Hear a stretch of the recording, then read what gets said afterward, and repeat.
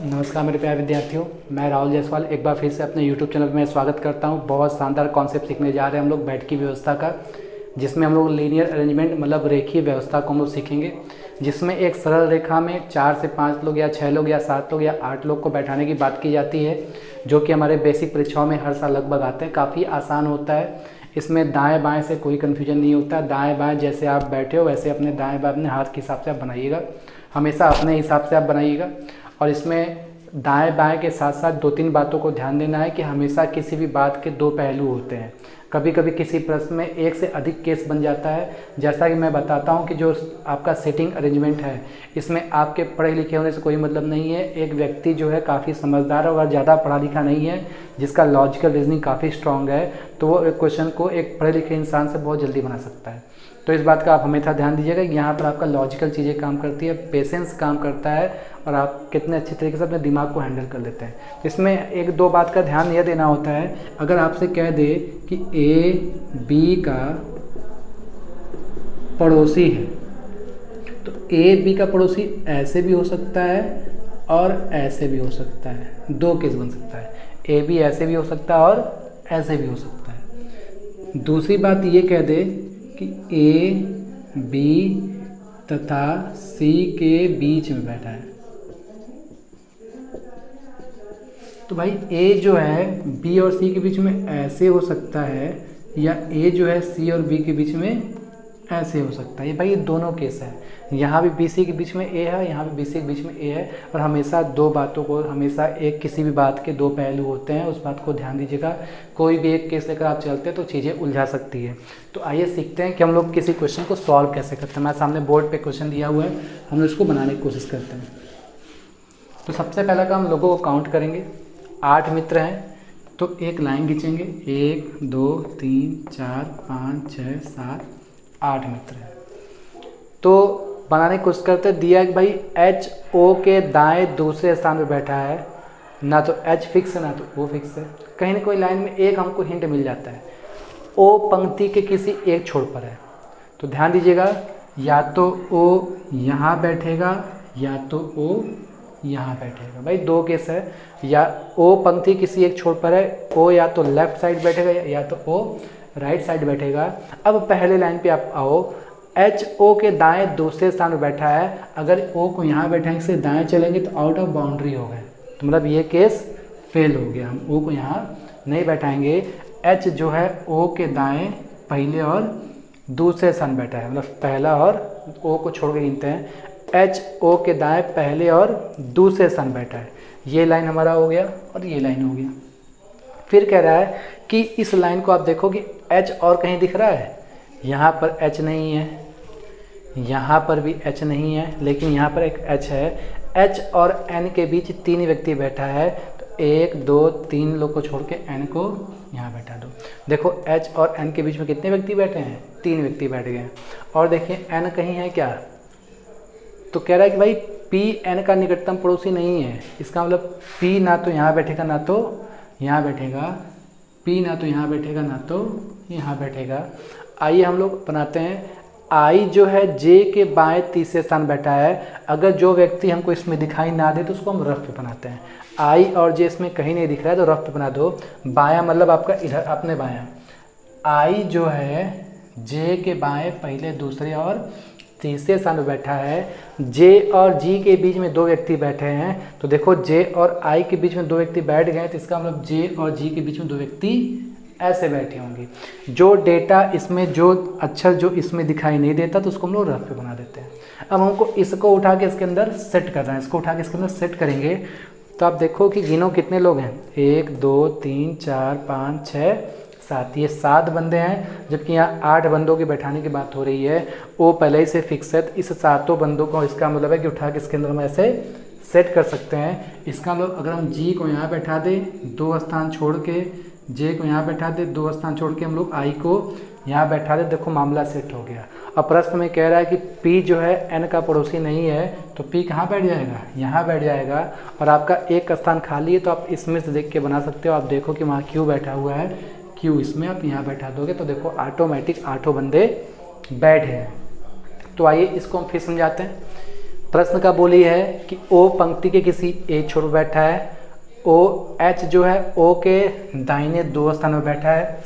फिर कह रहा है कि एच और एन के बीच में 3 व्यक्ति बैठे हैं, तो एच और एन के बीच में देखो 3 व्यक्ति बैठ गए हैं।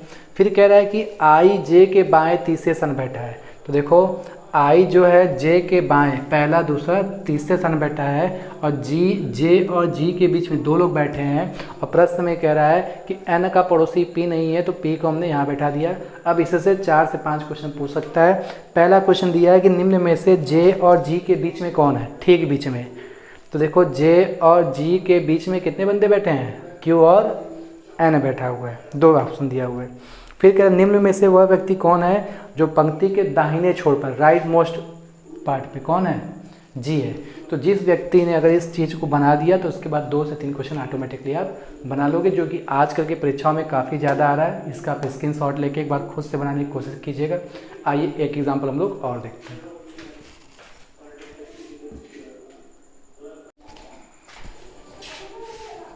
आइए मेरे प्यारे बच्चों, हम लोग लीनियर अरेंजमेंट के कुछ एक और एग्जाम्पल और देखते हैं, जिसमें से कह रहा है कि 8 व्यक्ति हैं, और आइए इसको सॉल्व करते हैं। काफ़ी इंपॉर्टेंट है, काफ़ी मज़ेदार है, बहुत मज़ा आने वाला है, इसको सीखिए।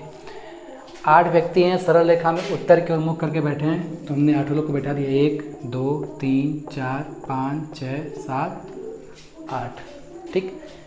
F G H L M N O Q लोग 8 लोग हैं। सरल रेखा में उत्तर की ओर बैठे, चाहे दक्षिण की ओर बैठे, हमेशा अपने सामने बैठाइए। एग्जाम हॉल में हमेशा उत्तर दक्षिण नहीं ढूंढिएगा, अपने हिसाब से। आपका राइट तो आपका राइट, आपका लेफ्ट तो आपका लेफ्ट। एग्जाम में मत देखिएगा आप किस साइड बैठे हैं, अपने अकॉर्डिंग। हम मान लेते हैं कि हमारे सामने उत्तर बैठा है, ठीक है। कह रहा है कि एच एन के दाएं दूसरे स्थान पर बैठा है तथा एल एच के दाएं तीसरे स्थान पर बैठा है। एम एफ के तुरंत दाएं बैठा है। जी तथा एल के बीच जितने व्यक्तियों की संख्या है उतने ही व्यक्ति क्यू तथा एफ के बीच बैठे की संख्या समान है। ओ एल के तुरंत दाएं बैठा है, जो कि एल सेकेंड पर्सन के लिए आता है। मैंने कल बताया था पिछले वीडियो में कि जो होता है ये फर्स्ट पर्सन और सेकेंड पर्सन है, जो हमेशा सेकेंड पर्सन के आता है, जो मतलब एल जी का निकटतम पड़ोसी नहीं है, एफ एन का निकटतम पड़ोसी नहीं है। आप इसको पढ़ो तो काफ़ी कॉम्प्लिकेशन है, काफ़ी उलझा हुआ है। तो जो बात अगर 100% नहीं दिया होता तो हम इसमें नहीं बैठाते, हम रफ पे बनाते हैं और केसेस के बारे में सोचते हैं। आइए हम लोग इसको सॉल्व करते हैं। तब तक अपने कॉपी में भी आप इसको सॉल्व करने की कोशिश करो। तो हमारा क्वेश्चन ये है कि चलो बनाना स्टार्ट करते हैं। एच एन के दाएँ मतलब उधर, एन के दाएँ दूसरे स्थान पर एच बैठा है। एच एन के दाएँ दूसरे स्थान बैठा है तथा एल एच के दाएं तीसरे स्थान बैठा है, ठीक है ना। ये दूसरे स्थान में बैठा है, एच एन के दाएं दूसरे स्थान बैठा है, एल एच के दाएं पहले दूसरे तीसरे स्थान पर बैठा है, एम एफ के तुरंत दाएं बैठा है। एम रफ अलग से बना दो, एम जो है एफ के तुरंत दाएं बैठा है, ये एक साथ होगा। कहीं भी एफ एम जो आप देख रहे हो एफ एम एक साथ हो जाएगा। जी तथा एल के बीच में बैठे व्यक्तियों की संख्या क्यू तथा एफ के बीच में व्यक्तियों की संख्या के समान है। जी तथा एल के बीच में जितने व्यक्ति बैठेंगे क्यू तथा एफ के बीच में ही उतने व्यक्ति बैठेंगे। अब समस्या है, ना तो यहाँ जी दिख रहा है ना तो क्यू और एफ दिख रहा है। इस लाइन को अभी हम लोग छोड़ देते हैं। हम देखते हैं ओ एल के तुरंत दाएँ बैठा है। ओ जो है एल के तुरंत दाएँ बैठा है, और जो कि जो है किसके लिए आता है, सेकंड पर्सन के लिए आता है, एल के लिए आता है। एल जी का निकटतम पड़ोसी नहीं है, इसका मतलब जो कि एल अगर जी का निकटतम पड़ोसी नहीं होगा, इसका मतलब जी जो बंदा है यहाँ पर नहीं बैठेगा। अब आओ बनाते हैं। तो देखो कि जी तथा एल के बीच में, जी ऑब्वियस की बात है एल के पड़ोसी नहीं बैठेगा। एफ एन का निकटतम पड़ोसी नहीं है।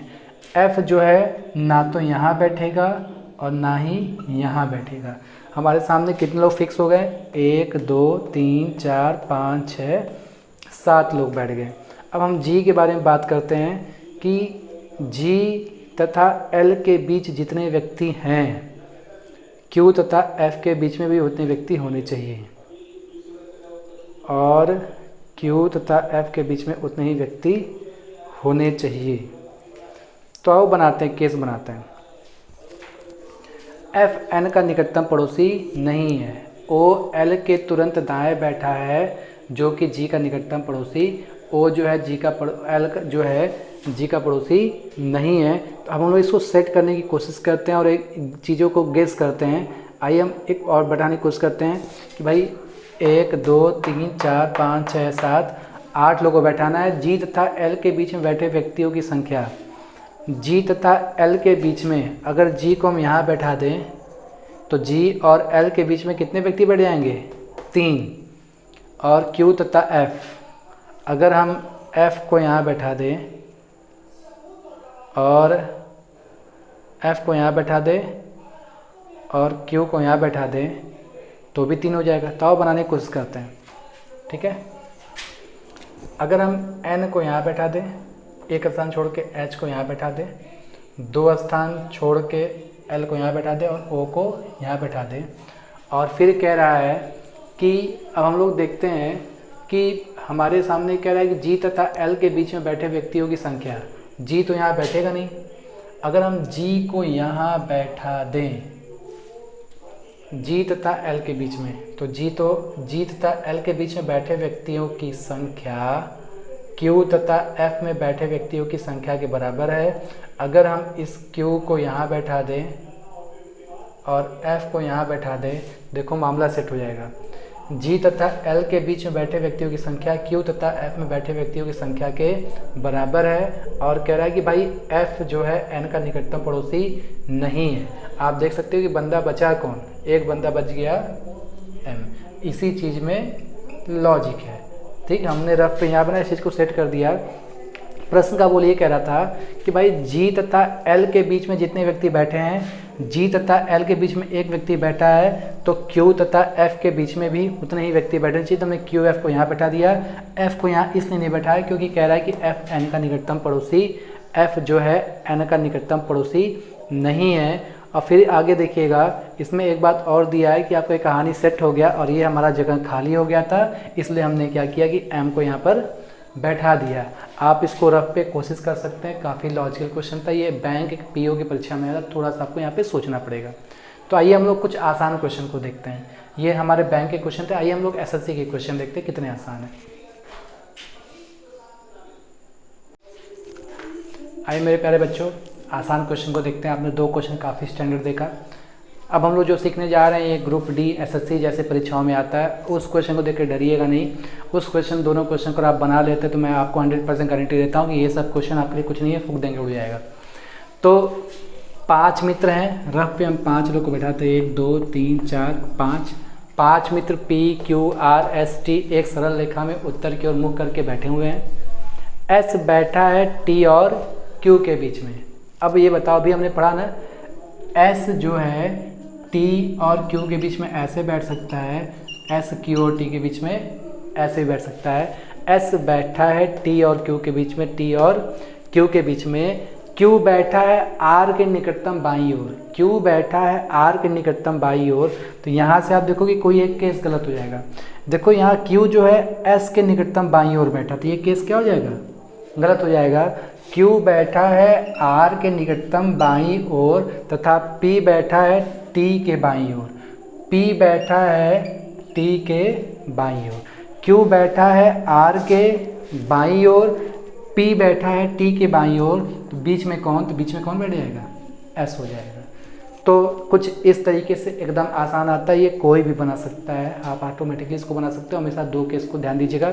जो हमने 2 एग्जाम्पल दिए शुरुआत के, उसको अच्छे से आप प्रैक्टिस करके बना लीजिएगा। 8 लोग को 7 लोग को बैठाना सीख जाते हो तो 5 लोग को बैठाना काफ़ी आसान होता है। पूछता है कि भाई बीच में कौन है, एकदम किनारे कौन है, ये सब आप आंसर दे सकते हो। तो उम्मीद करते हैं कि मेरा वीडियो आपको काफ़ी अच्छा लगा होगा। आप इसको लाइक और सब्सक्राइब कीजिए और हमेशा इसको देखने की कोशिश कीजिए। बहुत ही आसान है, हमने चैप्टर के आपके बनाए हुए हैं। आप अधिक से अधिक लोगों को इसको शेयर कीजिएगा। बहुत बहुत थैंक यू।